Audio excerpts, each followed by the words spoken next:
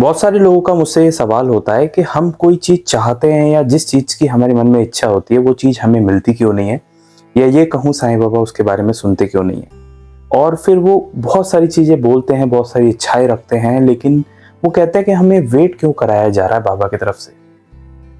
बहुत सारे एग्जाम्पल दूंगा और इस बात को आपको बहुत क्लियरली समझाऊंगा। देखिए, साईं बाबा का आप स्टोरीज पढ़ें, उनके बारे में जानें, तो आपको एक चीज हमेशा जानने को मिलती है, वो ये है कि बाबा का हमेशा ऐसा मानना था और बाबा ऐसा कहते भी थे कि जब तुम्हारा सही समय आता है तब बाबा वो चीज तुम्हें जरूर देते हैं जिसके तुम इच्छुक हो या जिसके तुम हकदार हो, क्योंकि अगर किसी चीज के तुम लायक नहीं हो तो वो चीज तुम्हारे पास नहीं आएगी।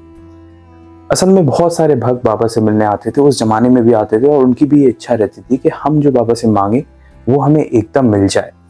लेकिन उसके बाद बाबा उन्हें वेट कराते थे, कभी तुरंत मिल जाती थी, कभी कुछ दिन बाद मिलती थी, कभी कुछ सालों बाद मिलती थी, लेकिन अगर उसके वो हकदार हैं और वो डिजर्व करते हैं तो वो जरूर मिलती है। जीजी नारके इसका बहुत बड़ा एग्जाम्पल है, क्योंकि जीजी नारके जो थे वो बहुत टाइम तक वो अच्छे खासे एजुकेटेड थे और बाबा के साथ बहुत टाइम तक शिरडी में रहे और आने जाना उनका शिरडी में लगा रहता था। और जितने भी उन्होंने नौकरियों की कोशिश की, जितने भी इंटरव्यू दिए, वो सक्सेसफुल नहीं हो पाए। और यहाँ तक कि वो बाबा से कफनी भी मांगने लग गए थे कि आप मुझे सन्यासी जीवन ही जीने दीजिए अगर आप कुछ अच्छा नहीं हो रहा है तो। लेकिन उनकी जो इच्छा थी, उनकी जो पढ़ाई थी, वो वेस्ट नहीं गई। कुछ समय बाद उन्होंने एक एग्जाम दिया जिसमें वो पूना के जियोलॉजी के प्रोफेसर के तौर पर चयनित हुए और उसके बाद वो पूना गए जियोलॉजी के प्रोफेसर बनकर। ये कहानी आपको, अगर आप ध्यान से सुनेंगे, मैंने पुरानी वीडियोस में भी बताया है, तो ये कहानी बताती है आपको कि सबूरी कितना जरूरी है, जो बाबा श्रद्धा और सबूरी कहा भी करते थे।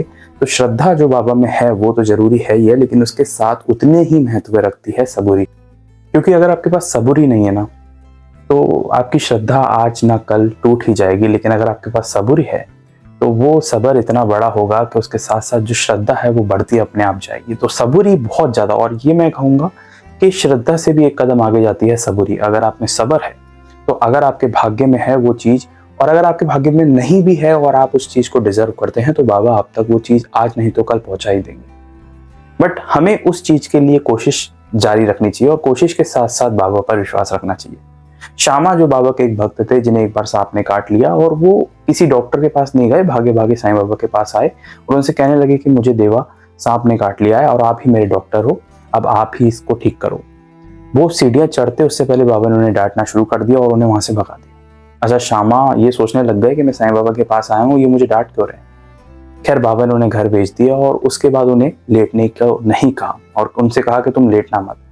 और फिर थोड़े ही समय बाद जो उनका जहर था सांप का, वो उतर गया। श्यामा यहाँ पर दर्शाते हैं सबूरी। श्रद्धा तो उनकी थी, क्योंकि वो तो पहले ही पल जब सांप ने काटा तो वो बाबा की ओर दौड़े, और सबूरी ये दिखाती है कि बाबा की बात पर यकीन करके उन्होंने वेट किया और फिर वो सांप का जो जहर है वो उतर गया। तो सबूरी और श्रद्धा, ये दो इंपॉर्टेंट सिर्फ शब्द नहीं हैं जो बाबा कहते थे। ये पूरी स्टोरी में अगर आप एक पूरा लाइफ देखेंगे, किसी भी स्टोरी को आप पढ़ेंगे, उसमें श्रद्धा और सबूरी ये दोनों ही बहुत इंपॉर्टेंट पिलर हैं लाइफ के।